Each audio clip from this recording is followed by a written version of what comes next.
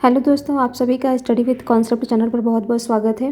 तो ये क्वेश्चन है, दो क्वेश्चन है फिलहाल, तो इसको हम यहीं पर चेक करते हैं। तो इसमें दिया है कि गुप्त काल में सामान्य जन द्वारा स्वर्ण सिक्कों के इस्तेमाल का एक विवरण प्रस्तुत कीजिए। इसका मतलब कि जो गुप्तकालीन स्वर्ण सिक्के थे वो जन सामान्य किन किन रूपों में और कहाँ पर यूज करते थे, मतलब किन किन जगहों पर यूज करते थे, कैसे करते थे, उसका विवरण प्रस्तुत करने के लिए यहाँ पर कहा गया है। तो यहाँ पर उन्होंने लिखा है कि प्राचीन भारतीय इतिहास में गुप्त काल 4वीं से 6वीं शताब्दी ईसा पूर्व अर्थात 319 से 421 ईसा पूर्व तक एक विविध रूपों से इतिहासकारों द्वारा संकलित किया गया है। कुछ इतिहासकारों का मानना है कि इस काल में सामान्य जन लोग स्वर्ण सिक्कों का प्रयोग अपने दैनिक जीवन में कई आर्थिक क्रियाओं के लिए किया करते थे। तो देखिए, सबसे पहले तो ये चीज़ आपको लिखने की ज़रूरत है ही नहीं, ये जो चीज़ें आपने लिखा है, ठीक है। दूसरी चीज़, अगर आप किसी इतिहासकार को बता रहे हैं, कुछ इतिहासकार को, तो यहाँ पर आप जस्टिफाई कीजिए आखिर आप बता किसको रहे हैं, ठीक है। बता किसको रहे हैं आप, इसको जस्टिफाई कीजिए कि इस काल में सामान्य लोग स्वर्ण सिक्कों का प्रयोग अपने दैनिक जीवन में कैसे करते थे, क्या मतलब साक्ष्य क्या है, आप साक्ष्य यहाँ पर बताइए पहले, ठीक है। और दूसरी चीज़, आपको इतना बड़ा ये जो इंट्रो है इतना बड़ा नहीं लिखना है, इसको संक्षिप्त कीजिए, संक्षिप्त कीजिए, ठीक है। तो यहाँ पर आपको क्या लिखना था कि जब मैं 6 क्लास की एनसीईआरटी आपको पढ़ाई थी, यूट्यूब चैनल पे ही पूरी एनसीईआरटी पढ़ी हुई है जो मैंने खुद पढ़ाया है, तो उसमें मैं आपको बताई थी कि जो सिक्के होते हैं, मूर्तियाँ होती हैं, मृदभांड होते हैं, ये सारे 6 क्लास का अब पहला ही चैप्टर है। वो सारे किस में आते हैं, पुरातात्विक साक्ष्य में आते हैं। तो ये क्या बताते हैं, सिक्के क्या बताते हैं, सिक्के सामाजिक, आर्थिक, ठीक है, धार्मिक, सांस्कृतिक सभी चीज़ों को बताते हैं। और इसी में वो यूज भी आ जाएगा आपका कि किन किन चीज़ों में, किन किन रूपों में यूज किया गया था।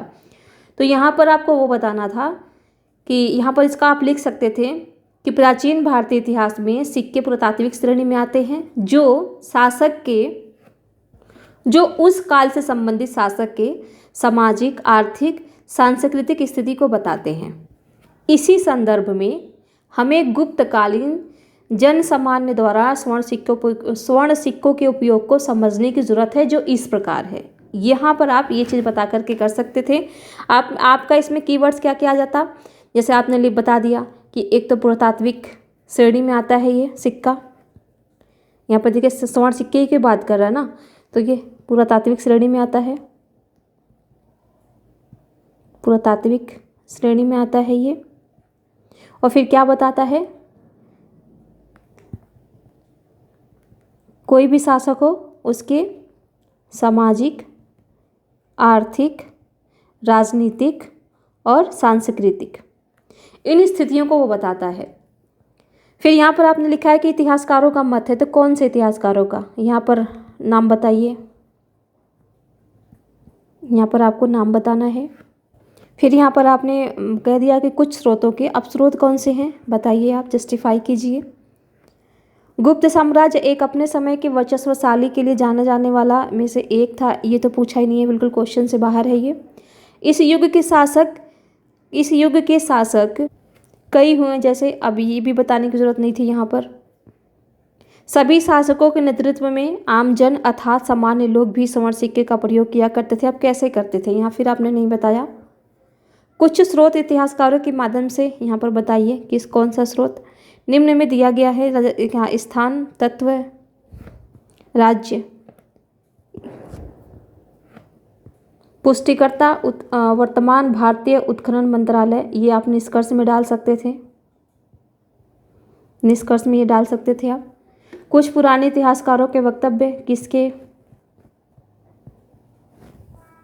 लोगों द्वारा इस्तेमाल स्वर्ण सिक्के का उपयोग निम्न है, आर्थिक क्रियाएं, प्रशासनिक क्रियाएं, ग्राम सभा, पंचायत आदि, सामाजिक क्रियाएं, मतलब क्या, किस तरीके से, ये आपने बिल्कुल नहीं बताया है। विविध अन्य क्षेत्रों में जैसे कि कुटुंबकम, ये क्या मतलब हट गए हैं बिल्कुल आप, ठीक है। तो थोड़ा सा चीज़ों को आप पढ़ करके, क्वेश्चन को समझ करके, थोड़ा सा सर्च करके अगर आप लिखेंगे तो आंसर राइटिंग करना सीख जाएंगे। ऐसे आप लिखेंगे तो एकदम बिल्कुल ये क्वेश्चन से बिल्कुल आंसर मैच ही नहीं कर रहा आपका। फिर यहाँ पर लिखा आपने, अतः उपरोक्त विविध विवरणों के आधार पर व कुछ विद्वानों के मतानुसार हम कह सकते हैं कि गुप्त काल में सामान्य जन द्वारा सिक्कों का प्रयोग करने के विवरण विवरण कई कई क्रियाओं से जुड़ा हुआ था। अब यहाँ पर भी वही बात हो गई, मतलब कोई प्रमाण ही आपने नहीं प्रस्तुत किया। प्रमाण क्या है आपके पास? ठीक है, तो देखिए इसमें करना क्या था आपको, जैसे इंट्रो में आपको बताना था पहले तो सिक्का पुरातात्विक साक्ष्य में आता है और शासक की सामाजिक,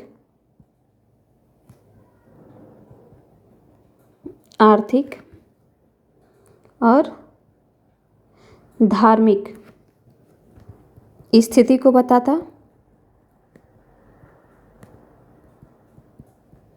इसी संदर्भ में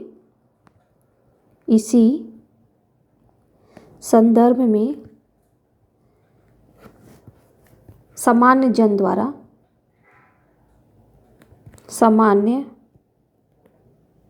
जन द्वारा स्वर्ण सिक्कों के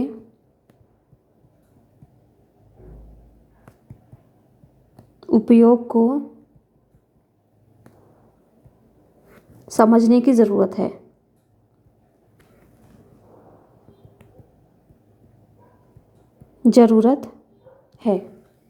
ठीक है, अब मेन बॉडी में आइए। मेन बॉडी में यहाँ पर आपको बताना है, जैसे कि सामाजिक संदर्भ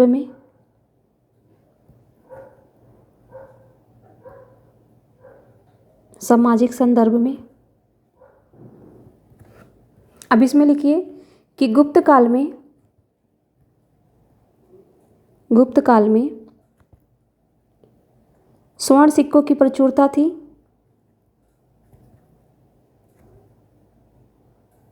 स्वर्ण सिक्कों की प्रचुरता थी,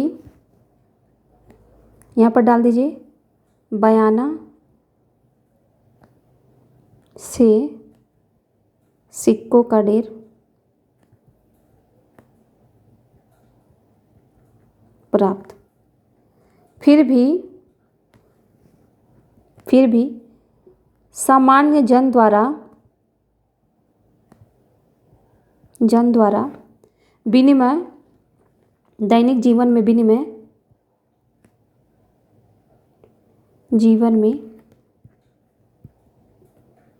विनिमय कौड़ियों के माध्यम से होता था।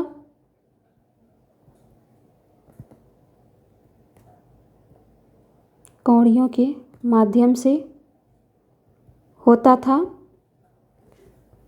जो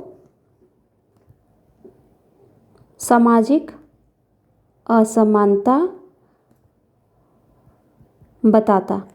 ये विवरण हो गया आपका। यही ना पूछा है कि जन सामान्य के बारे में। ठीक है, ऐसे ही आप आर्थिक में लिख दीजिए। आर्थिक में बता दीजिए। आर्थिक में बताइए कि गुप्तकालीन जो व्यापारी थे, व्यापारियों, श्रेणियों, संगठनों,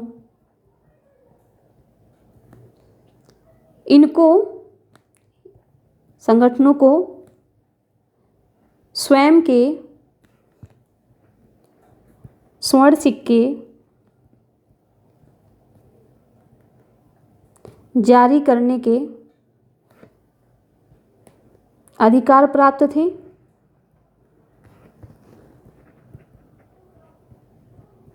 परंतु आम जन यह अधिकार प्राप्त नहीं था। यह आपने बता दिया आर्थिक क्षेत्र में। आर्थिक क्षेत्र में और भी आप बता सकते हैं, जैसे दक्षिण पूर्वी एशिया को लेकर के बता सकते हैं कि कंबोडिया, मलाया, इंडोनेशिया तक स्वर्ण सिक्कों के माध्यम से बाह्य एवं आंतरिक व्यापार होता था। ये भी आप बता सकते हैं, आर्थिक क्षेत्र में आप लिख सकते हैं। फिर आप बताइए धार्मिक क्षेत्र में। धार्मिक क्षेत्र में इसमें क्या होता था कि इस काल के सिक्कों पर, इस काल के सिक्कों पर विभिन्न देवी देवताओं का अंकन, जैसे जैसे शिव का, गरुड़ का, लक्ष्मी का, नंदी का, बीड़ा वादिनी का, बीड़ा वादिनी का आदि। इससे इससे विभिन्न धर्मों के संप्रदायों, विभिन्न धर्मों के संप्रदायों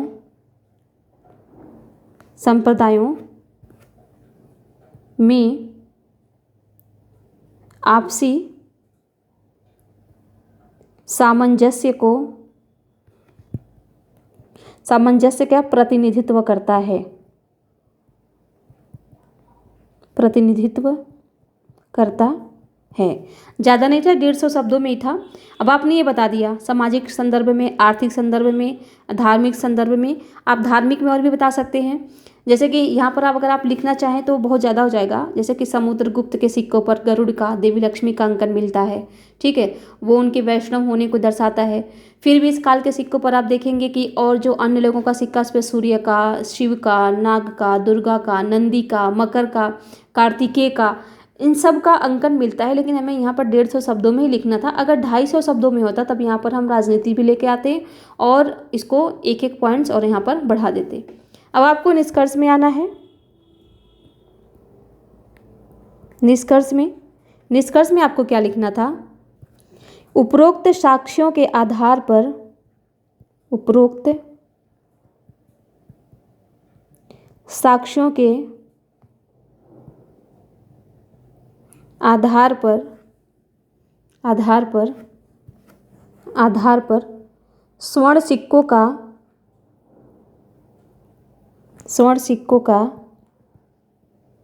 प्रयोग, स्वर्ण सिक्कों के लेकर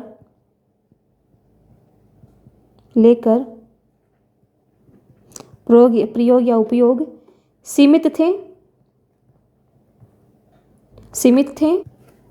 परंतु फिर भी, आप सुझाव दे दीजिए, परंतु फिर भी इसे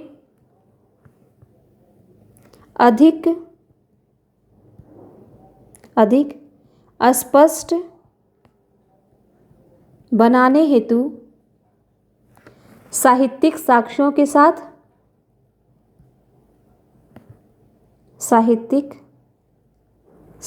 के साथ मिलाकर निष्पक्ष विश्लेषण पर बल देने की आवश्यकता है। ये हो गया आपका पूरा। क्योंकि मैंने आपको बताया था 6th क्लास के एनसीईआरटी में कि जब हम पुरातात्विक साक्ष्यों को पढ़ रहे थे तो उसमें मैंने बताया था कि हम पुरातात्विक साक्ष्यों पर पूरी तरीके से विश्वास नहीं कर सकते क्योंकि उसमें चेंजेस भी हो जाते हैं। तो इसीलिए यहाँ पर सुझाव देना काफ़ी बेटर था, क्योंकि ये जो है हमारा पुरातात्विक साक्ष्य में ही आता है। तो इस तरीके से आपका ये पूरा क्वेश्चन जो था इसका आंसर कंप्लीट हो गया। तो ऐसे ही आप भी इसको लिख सकते हैं। कीवर्ड्स भी आ गए हैं आप में, ये देखिए ये सारे कीवर्ड्स ही हैं। निष्पक्ष विश्लेषण, साहित्यिक साक्ष्यों के साथ मिलाकर बल दीजिए, ठीक है। फिर प्रयोग सीमित थे, तो हमने ऊपर दिखाई दिया कि प्रयोग सीमित ही दिख रहे हैं यहाँ पर, ठीक है। तो इस तरीके से ये क्वेश्चन आपका कंप्लीट होगा। तो इसी के साथ इस वीडियो को यहीं समाप्त करते हैं। आप सभी को हमारे साथ बने रहने के लिए बहुत बहुत धन्यवाद।